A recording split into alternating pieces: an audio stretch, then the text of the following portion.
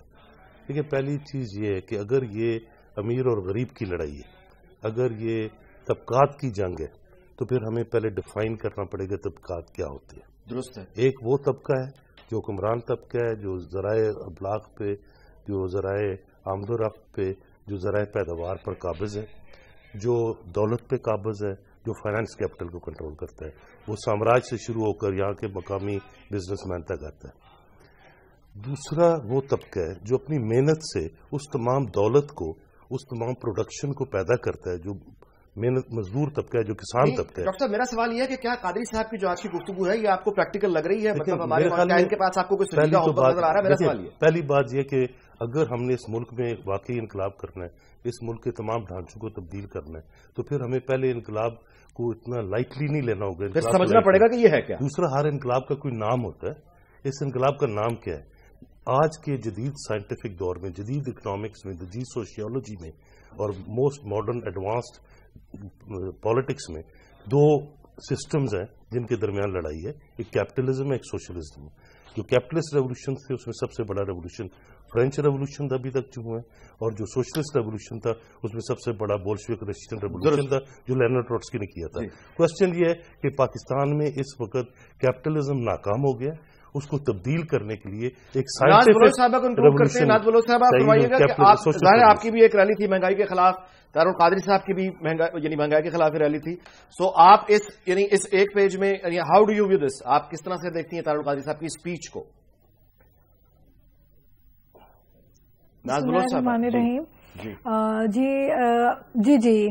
جی انیک صاحب, بات یہ ہے کہ بالکل طاہر القادری صاحب نے پہلے بھی الیکشن سے پہلے بھی وہ پاکستان تشریف لائے تھے, اور انہوں نے جو باتیں کی تھیں وہ کافی حد تک آپ نے دیکھا کہ اس میں سچائی بالکل موجود تھی, کیونکہ یہ حقائق تھے. الیکشنز میں جو دھاندلی ہم نے دیکھی, جس طرح دھاندلی الیکشنز میں ہوئی, وہ ساری باتیں, وہ ساری چیز پاکستان تحریک انصاف نے الیکشن کے پروسیس کو آگے چلنے کے لیے, ڈیموکریسی کو چلانے کے لیے اس الیکٹورل پروسیجر کو ایکسیپٹ تو کیا, لیکن ریگنگ کو تو ہم ایکسیپٹ نہیں کرتے. اسی طریقے سے حکومت نے آتے ہی جس طریقے سے ٹیکسیشن جی ایس ٹی میں اضافہ کیا, پھر پیٹرول کی قیمتوں میں اضافہ, پھر بجلی کی قیمتوں میں جو اضافہ ہوا ہے وہ تو ہر غریب انسان جو ہے اس سے ڈائریکٹلی افیکٹڈ ہے. تو یہ وہ ساری چیزیں ہیں مجموعی طور پہ جو مہنگائی کو بڑھا کے انفلیشن دگنی ڈبل ڈیجٹ پہ انفلیشن کو پہنچا دیا. تو طاہر القادری صاحب بالکل بجائے ہیں, وہ درست فرما رہے ہیں کہ مہنگائی ہے, لوگ تنگ ہیں, لوگ پریشان ہیں, اور اسی لیے پاکستان تحریک انصاف ہم آپ کا کوئی اتحاد فیوچر میں یعنی بنتا ہوا آپ اکٹھے یعنی ایک تحریک چلانے کے لیے تیار ہیں, ایک دوسرے کے ہاتھوں میں ہاتھ ڈال کے؟ آپ کا یعنی ایجنڈا اتنا ایک دوسرے سے زیادہ ملتا ہے؟ دیکھیں یہ تو دیکھیں بات یہ ہے کہ ہر پارٹی کا اپنا منشور ہوتا ہے, اپنا ایجنڈا ہوتا ہے. بہت سی چیزوں میں طاہر القادری صاحب ہو سکتا ہے ہم سے ڈفر کریں, اور بہت سی چیزوں میں ہم ان سے ڈفر کر سکتے ہیں, لیکن یہ جو بات ہے مہنگائی کے خلاف, سسٹم کے خلاف, چینج اور تبدیلی کی جو آواز عمران خان صاحب نے اٹھائی ہے, اسی آواز کی کنٹینیوٹی طاہر القادری صاحب بھی اسی چیز کی بات کر رہے ہیں. وہ بھی اسی چینج اور اسی تبدیلی کے لیے وہ کوشاں ہیں, وہ بھی چاہ رہے ہیں کہ تبدیلی آئے اور لوگوں کو انصاف فراہم ہو, مہنگائی ختم ہو. تو میں سمجھتی ہوں یہ اچھی چیزیں, یہ ڈیموکریٹک ویلیوز ہیں کہ ایک دوسرے کو ایکسیپٹ کریں, اچھی اچھی چیزوں کو ایکسیپٹ کر کے آگے کی طرف بڑھیں اور ملک کو بہتری کی طرف لے جائیں, بجائے اس کے نکتہ چینی کرنے سے کچھ نہیں حاصل ہوگا. اور ابھی بھی جوائن کیا قبل زمان قاہرہ صاحب نے. بلوچ صاحب ذرا وقت دیجیے گا, قاہرہ صاحب کو میں خوش آمدید کرتا ہوں. جی قاہرہ صاحب, آپ کا کیا رد عمل ہے آج کی جو ریلی ہوئی ہے, طاہر القادری صاحب کی اسپیچ, انقلابی اسپیچ؟ بہت شکریہ جی. میں اتفاق سے کیونکہ اپنی کانسٹیٹوئنسی میں تھا, میں ان کی اسپیچ سن نہیں پایا, لیکن ڈاکٹر صاحب بہت عرصے سے جو اپنا نقطہ نظر قوم کے سامنے رکھ رہے ہیں وہ بڑا واضح ہے. اس میں کوئی نئی بات تو شاید نہیں ہوگی. مجھے نہیں پتا انہوں نے کوئی اپنا لائن آف ایکشن یا کوئی پلان آف ایکشن سامنے رکھا ہے کہ نہیں, لیکن میں سمجھتا ہوں کہ اس وقت پاکستان کے اندر جو بہت بڑے چیلنجز ہیں پاکستان کی ریاست کو, ان میں سب سے بڑا چیلنج پاکستان کے اندر جمہوری اس عمل کا جو تسلسل ہے وہ ہے. یہ جو انقلاب کے نعرے لگائے جاتے ہیں, انقلاب یا تو سوشلسٹ انقلاب ہو سکتا ہے جو طبقے کی بنیاد پہ آئے گا, جو معیشت کی بنیاد پہ آئے گا, جو کلاس سٹرگل کی بنیاد پہ آئے گا, یا وہ انقلاب آ سکتا ہے. دوسرا کسی انقلاب کا پاکستان میں کوئی گنجائش نہیں. باقی انقلاب کے نعرے ہو سکتے ہیں, انقلاب کے نام پہ بہکاوے ہو سکتے ہیں, قوم کو ایکسپلائٹ کیا جا سکتا ہے. باقی وقت ہوا ایک بریک کا, اس کے بعد یہیں سے گفتگو کا آغاز کریں گے. وقت ہوا ایک بریک کا, دیکھتے رہیے دنیا نیوز.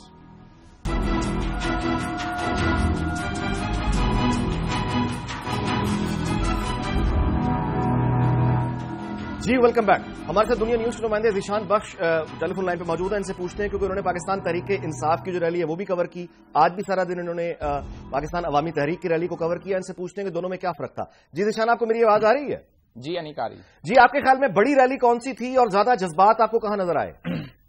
انیک, اگر جذبات کی بات کریں تو جذبات تو دونوں جگہوں پر موجود تھے. اگر آپ تعداد کی بات کریں تو ایک رف آئیڈیا کے مطابق آج جو لوگ موجود تھے پاکستان عوامی تحریک کے کارکنان, وہ تعداد میں بھی قدرے زیادہ تھے پاکستان تحریک انصاف سے, اور ان کے جذبات بھی قدرے ان سے زیادہ تھے, اور جو ڈسپلن تھا وہ بھی آج زیادہ دکھائی دیا بنسبت کے پاکستان تحریک انصاف کی 22 دسمبر کو ہونے والی ریلی کے. لیکن جو مطالبات ڈاکٹر طاہر القادری نے آج پیش کیے ہیں وہ کم و بیش وہی ہیں جو عمران خان نے پیش کیے تھے, جو مہنگائی کو کنٹرول کرنے کے لیے اشرافیہ سے ان کے مطالبات تھے. ٹیکس کم کیا جائے, اس کے ساتھ ہی ساتھ جو ان کا یہ کہنا تھا کہ غریبوں پر ٹیکس نہ لگایا جائے, قرضے دیے جائیں, اور جو مہنگائی ہے اس کو کم کیا جائے, حکمران اپنی پالیسی بنائیں. تو اس حوالے سے کم و بیش مطالبات تو آلموسٹ سیم تھے, لیکن پاکستان عوامی تحریک کے کارکنان کا جو جذبہ تھا, جو جوش تھا, اور ان کا جو ڈسپلن تھا وہ کوئی بلا شبہ مثالی تھا. اور ساتھ ہی ساتھ جو عمران خان اور ان کے آپس کے اتحاد کی بات ہے تو گزشتہ روز صحافیوں کی عمران خان سے ملاقات تھی. میں کوٹ کر دوں کہ اس میں ان سے ہم نے جب یہ پوچھا کہ کیا آپ آنے والے دنوں میں جا کے کسی ایک نقطے پر اکٹھے ہو سکتے ہیں, تو اکٹھے ہونے کی بات عمران خان نے مہنگائی کی حد تک تو انہوں نے کہا کہ کوئی شبہ نہیں کہ ہم آگے جا کے ہمارے راستے ایک ہو سکتے ہیں. لیکن جس قسم کے انقلاب کی ڈاکٹر طاہر القادری بات کر رہے ہیں, عمران خان کا کہنا کہ میں جمہوریت اور آئین پر یقین ضرور رکھتا ہوں لیکن ایسے کسی انقلاب کا تحریک انصاف حصہ نہیں بنے. بہت بہت شکریہ ذیشان جی. گنڈا پور سے فرمائیے گا کہ پھر آئین کا احترام کرتے ہوئے, آئین کے اندر رہتے ہوئے یہ سمجھائیں پھر انقلاب کیسے لائیں گے آپ؟ دیکھیں محترم, میں پہلے بھی یہ بات کر چکا ہوں, چند گزارشات میں کر لوں جو قائرہ صاحب نے فرمایا. ہم تو پہلے دن سے کہتے ہیں کہ یہ باریاں لگی ہوئی ہیں, اور جہاں کہا جاتا ہے کہ صرف ابھی حکومت کو 7 ہی مہینے ہوئے ہیں, تو جناب 56% پاکستان جو پنجاب کا صوبہ ہے اس پہ پاکستان مسلم لیگ کی حکومت کو 5.5 سال گزرے ہیں. اور جہاں تک سندھ جو کہ پاکستان کا دوسرا بڑا صوبہ ہے تو وہاں بھی پاکستان پیپلز پارٹی کی حکومت کو 5.5 سال گزر گئے ہیں. تو جو حکومتیں 5.5 سال میں ڈیلیور نہیں کر پائیں, جن حکومتوں نے ایک غیر آئینی الیکشن کمیشن کو جنم دیا, جو آج بھی جو الیکشن پٹیشنز ہیں, ہم تو پارلیمنٹ میں نہیں ہیں, الیکشن پٹیشنز کے اوپر جب آپ انویسٹیگیشن کرتے ہیں 60 ہزار جعلی ووٹ ہے ایک ایک کانسٹیچوئنسی میں. چودھری نثار فلور آف دا ہاؤس پہ کہتے ہیں کہ ہر کانسٹیچوئنسی میں یہ ہوا ہے. قمرالزمان قائرہ صاحب کو میں وہ میٹنگ یاد دلاؤں گا جہاں میں نے کہا ان کو ذاتی طور پہ کہ جناب یہ الیکشن کمیشن آپ نے کیسا بنایا ہے, تو انہوں نے فرمایا اٹ واز اے مسٹیک, جس کے اوپر اپنا نائک صاحب نے کہا it was a blunder not a mistake. تو یہ اب قائرہ صاحب کو انکلوڈ کرتے ہیں, بے شک کر لیں, مجھے پوری بات کرنے دیں. جی, جب ان لوگوں کی حکومتیں آتی ہیں یہ میرٹ کی دھجیاں بکھیرتے ہیں, اور جب حکومت چلی جاتی ہے تو یہ آئین اور دستور اور جمہوریت کے تسلسل کی بات کرتے ہیں. انہوں نے ہر دفعہ دیکھیے پوزیشن ایک لیجئے نا, یا تو آپ کہیں کہ آئین جو ہے اس میں خامیاں ہیں اور ہم اس آئین میں خامیاں ہیں, انہوں نے آئین کا چہرہ مسخ کر دیا ہے 18 امینڈمنٹ. جی قائرہ صاحب, آپ گفتگو سن رہے ہیں, کیا رد عمل ہے جی آپ کا؟ مجھے نہیں پتا جی کیا چہرہ مسخ کر دیا اور کون سا آئین جس کا ذکر فرما رہے ہیں میرے فاضل دوست. بات یہ ہے کہ 1973 کا آئین جس طرح سینٹرسٹ آئین بنا دیا گیا, ایک وفاقی پارلیمانی نظام والا آئین نہیں بلکہ ایک آمریت کا دیا ہوا سینٹرسٹ نظام اس میں ڈال کے ایک گھنٹہ گھر بنا دیا گیا صدر کی ذات کو, اور مرتکز کر دیے گئے سارے اختیارات فیڈریشن میں. ہم نے اس کو ساری پاکستان کی جماعتوں کے ساتھ مل کے اس کو درست کیا ہے. یہ کوئی ہمارا اپنے تک دعویٰ نہیں ہے کہ ہم نے کر لیا, باقی جماعتیں اس میں ہمارے ساتھ شامل ہیں. رہی بات باریاں لگنے کی, تو میرے بھائی آپ عوام کے پاس جائیے, اس وقت راستہ یہی ہے کہ ہم نے جمہوری پروسیس کے ذریعے, ایوانوں کے ذریعے انقلاب لانا ہے.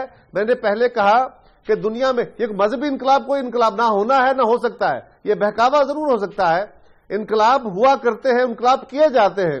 یا تو آپ سوشلسٹ ریولوشن کی بات کریں کہ آپ اس طرف جائیں گے، پورا نظام بدل دیں گے، تو پھر قوم کے سامنے سارا کھولیے کہ آپ کیا کریں گے. کیا آپ ساری چیزوں کو کامیاب لیں گے؟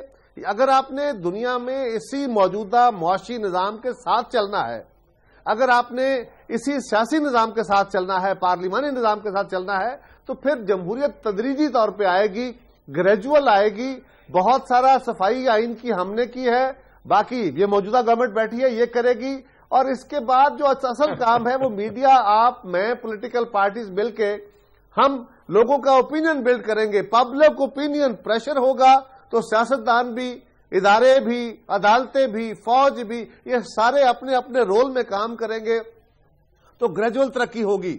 اگر آپ لوگوں کے ووٹ کو نہیں مانتے تو پھر آپ کا راستہ کوئی اور ہے، پھر آپ کا راستہ آئین والا نہیں ہے. اور اگر ووٹ والا راستہ ہے تو پھر لوگوں کے شعور کی توہین مت کیجیے. آپ یہ کہیے، لوگوں کے پاس جائیے، آپ کا حق ہے کہ 5.5 سال مسلم لیگ نے حکومت کی پنجاب میں، 5.5 سال پیپلز پارٹی نے کی. آپ جائیے، اگر آپ کو میجورٹی میں ووٹ ملتا ہے بسم اللہ. ادروائز اگر آپ سمجھتے ہیں کہ آپ بندوق کے زور پہ انقلاب لائیں گے تو یا وہ واضح کیجیے کہ آپ کیا چاہتے ہیں، یا آپ یہ کریں گے آپ مختلف پولیٹیکل پارٹیز کو اکٹھا کر کے تو پھر اس کا ایجنڈا کیا ہوگا، کس طرح کا انقلاب لائیں گے، کون سا سیاسی معاشی نظام دیں گے دنیا کو. جی ڈاکٹر صاحب، آپ کو میں انکلوڈ کروں گا. فرمائیے گا کہ یہ آپ کو لگتا ہے کہ طاہر القادری صاحب کے پاس وہ تنظیمی ڈھانچہ ہے، مینیفیسٹو ہے؟ اگر یہ آئین کو تو یعنی احترام یہ کہتے تو ہیں، ہم کرتے ہیں، لیکن شاید وہ بات واضح نہیں ہو، میں تو کم از کم نہیں سمجھ پا رہا. تو پھر یہ انقلاب جو ہے یہ کس طرح لے کر آئیں گے؟ انقلاب کے لیے پہلے ایک پروگرام ہونا چاہیے. اب انقلابات صرف کوئی معیشت یا ریاست یا اقتدار یا سیاست نہیں بدلتے، انقلابات پورے نظام کو بدلتے ہیں، انقلابات تاریخیں بدلتے ہیں، انقلابات جغرافیے بدل دیتے ہیں. انقلابات کوئی چھوٹی چیز نہیں ہے کہ اس سے کھیلا جائے. ہمارے یہاں یہ سمجھا جاتا ہے کہ کسی حسین کے ظلم لہرانے کا نام انقلاب ہے. دوسری چیز یہ کہ یہ فیکٹ ہے کہ بڑی آسان سی بات ہے انقلاب، لیکن انقلاب کے لیے کیا کرنا پڑے گا؟ آپ کو تمام سامراجی قرضے ضبط کرنے پڑیں گے، آپ کو تمام کمانڈنگ ہائٹس آف اکانومی کو ایکسپروپریٹ کرنا پڑے گا، ضبط کرنا پڑے گا، ٹیک اوور کرنا پڑے گا. آپ کو تمام حکمرانوں کی جو لوٹی ہوئی دولت ہے اس کو ضبط کر کے ان تمام وسائل کو اکٹھا کر کے آپ کو عوام کی فلاح و بہبود پر صرف کرنا پڑے گا. یہ ایک اکنامک ٹرانسفارمیشن ہے جس انقلاب کے بعد پیداوار کا مقصد منافع اور لوٹ گسوٹ نہیں ہوگا، پیداوار کا مقصد انسانی ضرورت کی تکمیل ہوگی. انقلاب فنڈامنٹلی مارکیٹ اکنامکس کو ایک پلانڈ، ایک سوشلسٹ اکنامکس میں چینج کرتا ہے، اور سوشلسٹ اکنامکس میں انسانی ضرورت کو فوقیت دی جاتی ہے، انسانی ناز بلوچ صاحبہ کو انکلوڈ کروں گا کہ اگر پھر ہمیں پاکستان یعنی عوامی تحریک اس جانب جاتی ہوئی دکھائی دیتی ہے، انقلاب کی ڈاکٹر صاحب نے جو باتیں کی، تو پھر آپ کی پارٹی کی پوزیشن کیا ہوگی؟ دیکھیں، پاکستان تحریک انصاف ایک منظم ملک گیر جماعت ہے جس کا واحد پولیٹیکل پارٹی جس نے پورے پاکستان میں الیکشن کرائے.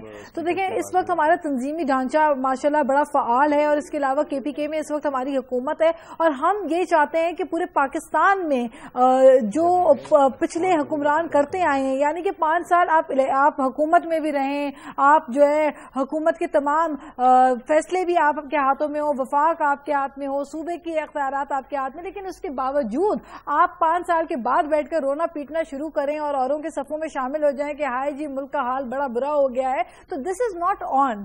18 سے 20 کروڑ کی آبادی ہو چکی ہے، عوام اب بے وقوف نہیں ہے، میڈیا آزاد ہے، ہر چیزیں کھل کے سامنے آ چکی ہے. یہ باتیں درست ہیں، مہنگائی پختونخوا میں بھی ہے. ڈیرہ اسماعیل خان مطلب اسٹیٹ بینک کی رپورٹ کے مطابق ڈیرہ اسماعیل خان شاید مہنگا ترین شہر ہے. مہنگائی ہر کسی کا مسئلہ ہے، مہنگائی ہر کسی کا مسئلہ ہے.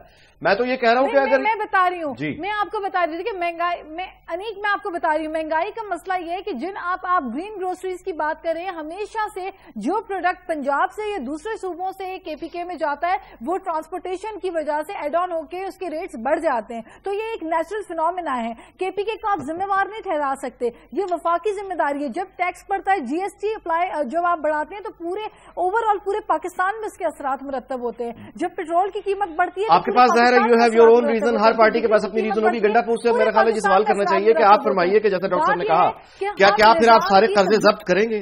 کیا پھر آپ ایک بولشوک کی طرف جائیں؟ میں بالکل ان سے ایگری کرتا ہوں. اس ملک کی لوٹی ہوئی دولت جو کہ میں نام نہیں لینا چاہتا، میں صرف عہدے سے کہوں گا، یہاں کے پنجاب کے وزیر اعلیٰ نے کہا تھا کہ ہم لوگوں کو سڑکوں پر گھسیٹیں گے اور ان سے وہ قرضے واپس لائیں گے۔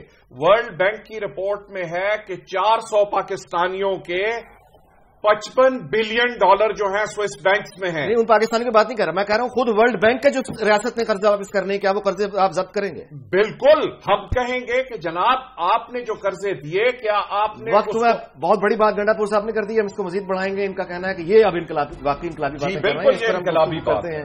اس کا مطلب بریک کے بعد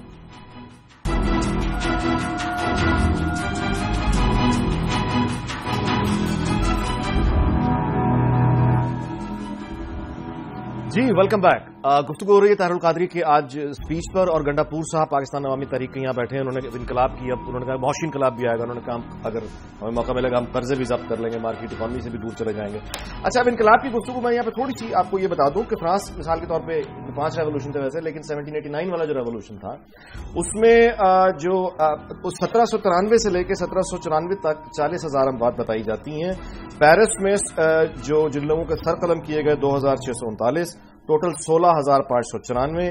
اس کے بعد چین میں جو انقلاب ہے، جس کو انقلاب کہا جاتا ہے، اس کے بارے میں بھی ذرا دیکھ لیجئے کہ یہ 1911 سے شروع ہوا تھا، 49 تک چلتا رہا۔ اس میں سب سے 10,000 کلومیٹر لمبا ایک لانگ مارچ ہوا، 1 لاکھ لوگ چلے تھے، زندہ صرف 8,000 پہنچے تھے۔ اور بینجامن ویلنٹینو کی جو تحقیق ہے اس کے مطابق 1927 سے لے کے 1949 تک جو کم سے کم اموات تھیں وہ 1.8 ملین یعنی 18 لاکھ، اور زیادہ سے زیادہ 35 لاکھ اموات تھیں۔ اس کے بعد جو روس کا انقلاب ہے بلشوک، اس میں بھی میں آپ کی گزارش کرتا چلوں کہ 1900 بتایا یہ جاتا ہے کہ جو 1917 سے لے کے 1921 تک جو منیمم ڈیتھ ٹول ہے وہ 5 ملین ہے، 50 لاکھ، اور میکسیمم 90 لاکھ تک اموات ہوئی تھی۔ تو انقلاب کے پھر کانسیکوینسز کیا؟ اچھا، ہمارے ملک میں جتنا اسلحہ موجود ہے لوگوں میں، گھروں میں، مختلف صوبوں میں، اس اسلحے کے ساتھ اگر اور بغیر کسی تنظیم کے لوگ گھروں سے باہر نکل پڑے، کسی ایک قیادت میں متحد نہ ہوئے، کوئی مینیفیسٹو نہ ہوا، تو پھر اس کے نتائج کیا ہوں گے؟ یہ ہم پوچھتے ہیں قبر زمان قائرہ صاحب سے۔ جی قائرہ صاحب۔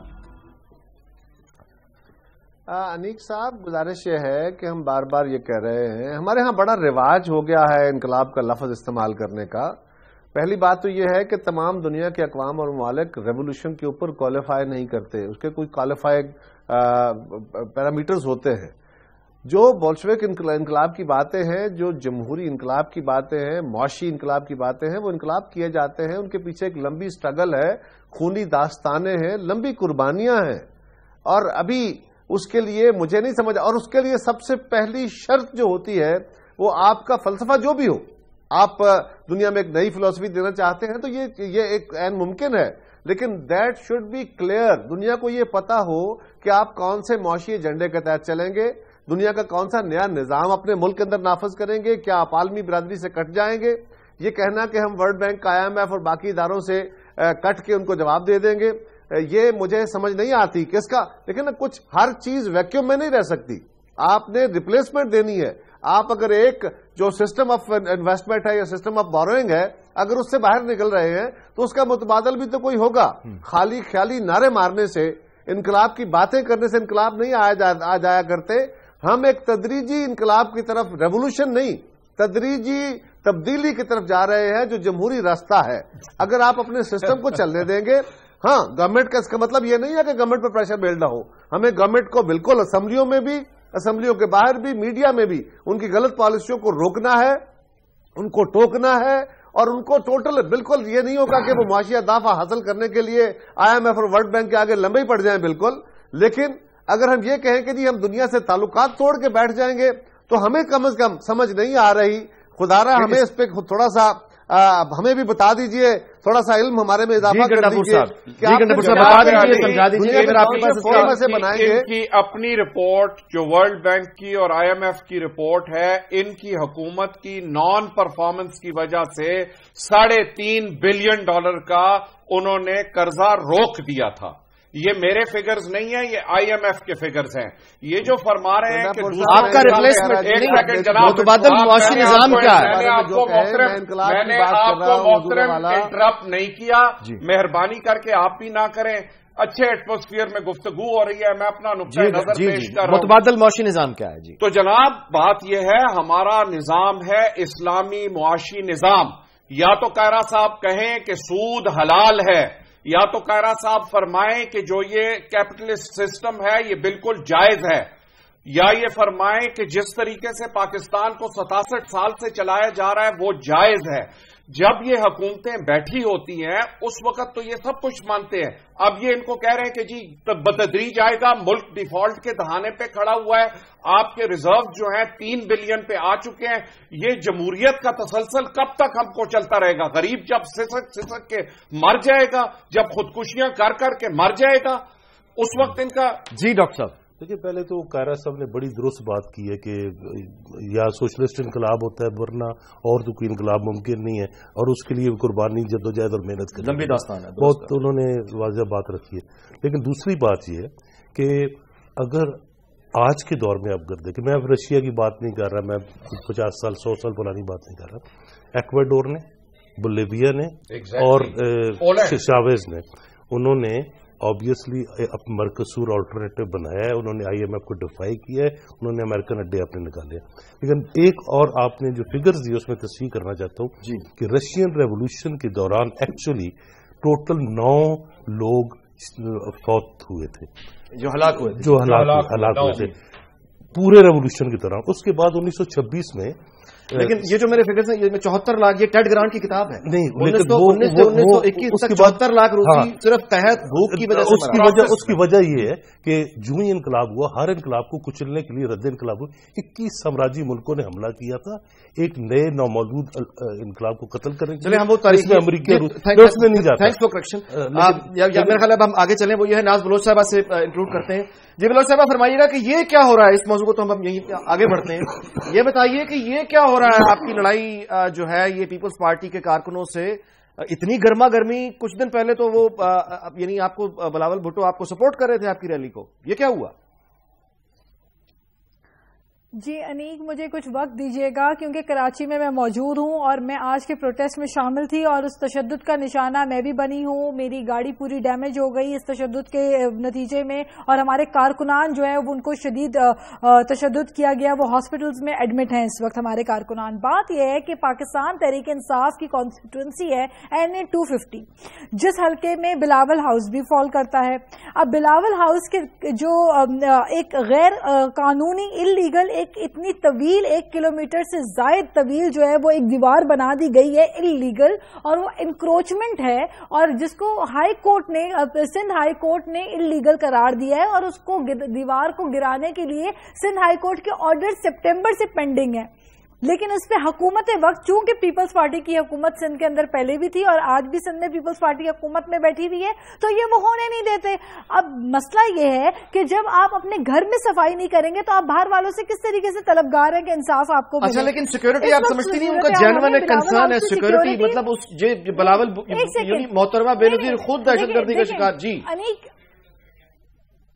انیک میری بات سنیں، گزارش سنیں، ہمیں بلاول ہاؤس کی 4 دیواری، بلاول ہاؤس کے اندر اور بلاول صاحب کی سیکیورٹی سے کوئی اختلاف نہیں ہے۔ ہم کہتے ہیں جس طرح آج ہم نے دیکھا کہ پوری کراچی کی نفری جو ہے وہ تعینات کر دی گئی بلاول ہاؤس کے قریب، ایسے جیسے کہ عوام سے ڈر اور خوف ہو، حالانکہ عوام ایک بہت ہی انوسنٹ عوام صرف اور صرف اپنے حق کے لیے، جو وہاں کے ریزیڈنٹس ہیں وہ پیسفل پروٹیسٹ کر کے وہاں پہ جا کے دھرنا ڈال رہے تھے بلاول چورنگی کے اوپر، تو اندر 1.5 کلومیٹر دور جو ہے کسی بیرک کے اندر، بنکر کے اندر چھپے ہوئے بلاول صاحب کے لیے پتہ نہیں کون سے ایسے خدشات ہو گئے کہ انہوں نے آرڈر جاری کر دیے۔ اور یہاں یہ تماشا دیکھا گیا کہ گورنمنٹ MPA کی ویگو میں میں آن ایئر آپ کو بتا رہی ہوں، ویڈیو فوٹیجز موجود ہیں کہ MPAs کی ویگو کے اندر پیپلز پارٹی کے نوجوان جن کے ہاتھوں میں ریپیٹر گن کی نمائش کرتے ہوئے، کھلم کھلا اسلحے کی نمائش کرتے ہوئے، فائرنگ کرتے ہوئے ہمارے بالکل ایک پیسفل ریلی کو سیبوٹاج کرتے ہوئے وہاں سے گزر کے گئے، پتھراؤ کی انہوں نے اور جو مار داڑ کی، تو یقینی طور پہ پھر کارکن مشتعل نہیں ہوں گے تو کیا ہوں گے؟ ہمارے نوجوانوں کے ہاتھوں میں صرف جھنڈا تھا، نہ ان کے ہاتھ میں کوئی ہتھیار تھا۔ اور دیکھیں سندھ ہائی کورٹ کی رولنگ کے مطابق، آرڈرز کے مطابق کراچی میں بدامنی کے لیے 3 جماعتیں ہیں جو ملوث ہیں، جن کے ملیٹنٹ گروپ ہیں، جس میں پیپلز پارٹی کا بھی نام شامل ہے، جن کے ملیٹنٹ گروپ ہیں۔ وقت ہے کمرشل بریک کا، قائرہ صاحب سے ان کا ظاہر ہے کہ جواب ان کا رد عمل ہم لیں گے اس کمرشل بریک کے بعد۔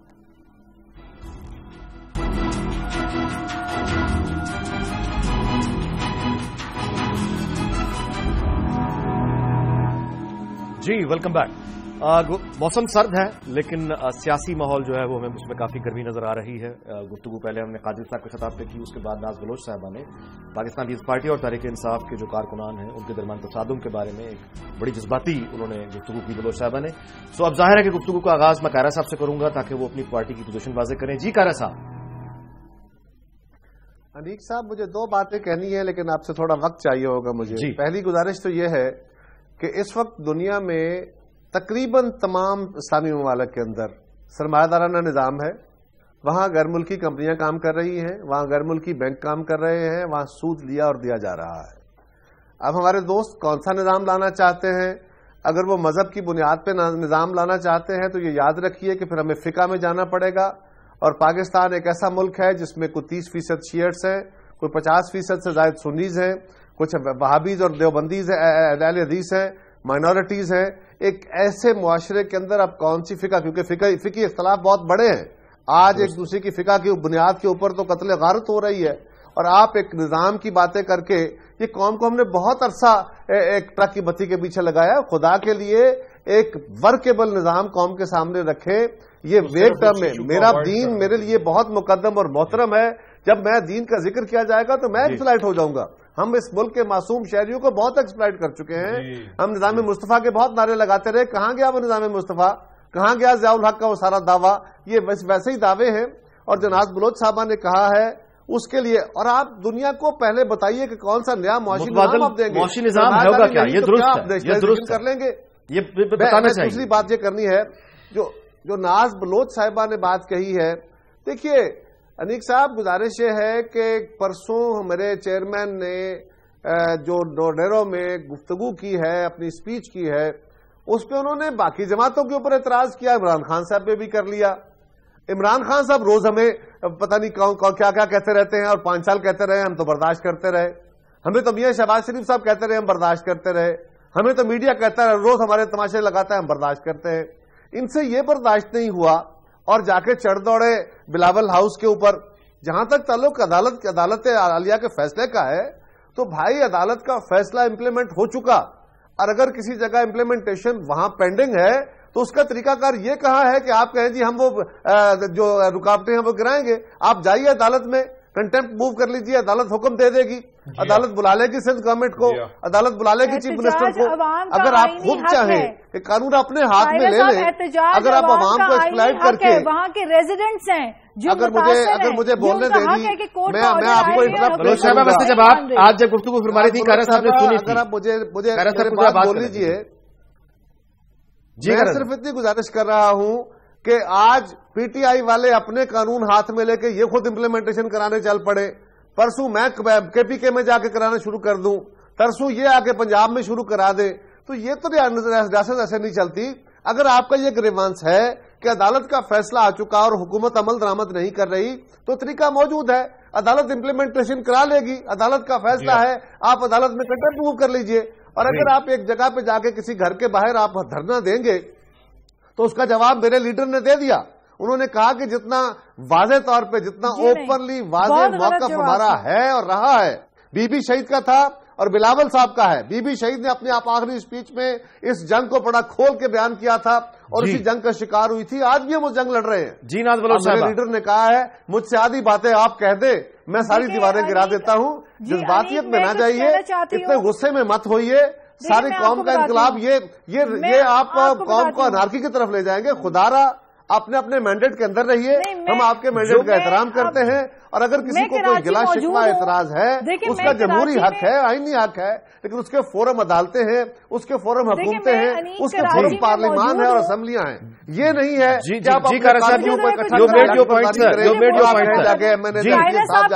کہ ہم دیواریں گرائیں گے, ہم یہ کریں گے, یہ نہیں ہوگا. اگر آپ کریں گے تو پھر law will have to take its course. Qaira صاحب ایک منٹ, ایک منٹ جی گزارش سن لیں.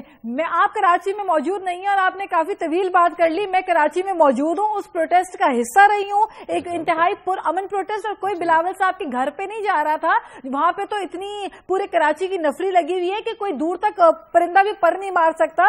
جو بہادری کی باتیں کرتے ہیں اور خان صاحب کو بزدل کہتے ہیں, بلٹ پروف شیشے کے باہر پیچھے کھڑے ہو کے تقریر کر کے خان صاحب جیسے قداور لیڈر کو, پاکستان کے بہادر ترین لیڈر کو جو بزدل کہتے ہیں, اور خود جو ہے وہ دیواریں چین بنا کے بیٹھے ہوئے ہیں, وہ انکروچمنٹ ہے. وہاں کے ریزیڈنٹس نے اعتراض کیا اور وہ ہماری کانسٹیٹوئنسی میں فال ہوتا ہے. حکومتی فیصلے کو جب پاکستان پیپلز پارٹی کی حکومت عمل نہیں کرے گی تو عوام کے پاس اختیار ہے احتجاج کرنے کا. میں آپ سے پوچھتی ہوں کہ کیوں پیپلز پارٹی کے لوگوں نے آج پروٹیسٹ کیا؟ ان کا کیا کنسرن تھا؟ ان کو کس نے اختیار دیا کہ وہ دہشت گردی کریں؟ ان کو کس نے اچھا میرا خیال ہے کہ اب ہم ریپیٹ کر رہے ہیں اپنے آرگومنٹ کو. جی گنڈا پور صاحب, یہ تربیت دیتے ہیں. جی گنڈا پور صاحب لاسٹ ورڈ. جی گنڈا پور صاحب لاسٹ ورڈ. جی جناب میں تو صرف یہ کہتا ہوں جناب کہ جب عدالتیں ان کے حق میں فیصلے دیں, اسمبلیوں میں یہ بیٹھ کے جس جمہوریت کا رونا رو رہے ہیں, کیا انہوں نے ایک تحریک التوا موو کی ہے اس مہنگائی کے اوپر, ان برے حالات کے اوپر؟ آدھی رات کو 12:30 بجے نادرا کے چیئرمین کو ڈسمس کر دیا گیا جس کو انہوں نے لگایا تھا. ان کا تو دیکھیے پیمرا کے چیئرمین کو اتوار کی شام. معاملہ یہ کہ پاکستان مسلم لیگ اسمبلیز میں یہ کیوں نہیں اٹھاتے؟ اچھا معاملہ یہ پاکستان مسلم لیگ کے میں یہاں پہ واضح بھی اپنی پوزیشن کرتا ہوں کہ ہم نے ان کے مختلف رہنماؤں سے رابطہ کیا تھا کہ وہ اپنی پوزیشن طاہر القادری کے ریلی پہ بھی گفتگو کریں, بٹ میرا خیال ہے کہ انہوں نے شاید مناسب نہیں سمجھا. اب کچھ اطلاعات آ رہی ہیں. اس میں میں دو باتیں رکھنا چاہتا ہوں. پہلے تو یہ کہ جب سیاست جو ہے اس قسم کی سطحی اور شخصیات اور ذاتیات پہ چلی جائے تو ایکچوئل اس کا ایک مقصد ہوتا ہے. It's a madness and there is a method in this madness. And the method is کہ ان قسم کے ذاتی لڑائیوں میں, انفرادی جوک نوک میں آپ ریئل ایشوز کو دبا دیں, اپنے پروگرامیٹک چیزوں سے پیچھے. بالکل. دوسری چیز یہ کہ آپ 2 لفظ اخبار میں لکھ دیں کسی کالم میں تو تحریک انصاف کے جو لوگ ہیں وہ آپ کو اتنی گندی گالیاں دیتے ہیں اور اتنے وشس اٹیکس کرتے ہیں, دھمکیاں ملتی ہیں آپ کو. ٹھیک ہے, یہ ان کا اپنا ایک ایٹیٹیوڈ ہے. لیکن میں سمجھتا ہوں کہ بلاول صاحب کے لیے بھی یہ ضروری ہے کہ بجائے وہ پرسنلائز کرنے کی چیزوں کو, جو وہ ریڈیکلائزیشن طرف بڑھے ہیں, ان کو اپنے نانا کی پوزیشن پر واپس جانا چاہیے. ان کو اپنے نانا کے سوشلسٹ انقلاب کے پروگرام کو اپنانا چاہیے. یہی پیپلز پارٹی کے دوبارہ بچنے کی اور بقا کا واحد راستہ. جی لاسٹ ورڈ قاہرہ صاحب فرمائیے گا پلیز, کہ پروگرام بس اپنے اختتام کو پہنچ رہا ہے, کہ کیا کہیں گے؟ مطلب ڈاکٹر صاحب کو تو کہنا پھر سوشلسٹ ایک پیپلز پارٹی جو بنیاد تھی وہ انقلاب آپ کو ممکن لگتا ہے آج کے دور میں؟ دیکھیے یہ بات درست ہے کہ پیپلز پارٹی کو شہید ذوالفقار علی بھٹو کے فلسفے کے اوپر واپس کھڑا ہونا ہے, اور پیپلز پارٹی کے چیئرمین نے وہی اعادہ کیا ہے اپنے نوڈیرو کی اسپیچ میں. کریکشنز ڈاکٹر صاحب نے کہا, بالکل ہم کریکشنز کر رہے ہیں, ہم ایڈمنسٹریٹو بھی کریکشنز کر رہے ہیں, فلوسافیکل کریکشنز بھی ہو رہی ہیں. لیکن میں اپنے دوستوں سے, پی ٹی آئی والوں سے کہوں گا کہ اس طرح جذباتیت میں مت جائیں. بہت زیادہ جذباتی ہونے سے چیزیں فساد کی طرف جائیں گی. ہم برداشت کو بڑھانا چاہتے ہیں اور سیاست کے لیے, جمہوریت کے لیے برداشت بہت ضروری عمل ہے. جی تھینک یو ویری مچ قاہرہ صاحب. تمام ہمارے کو بہت بہت شکریہ. پروگرام کا ختم, دیکھتے رہیے دنیا نیوز.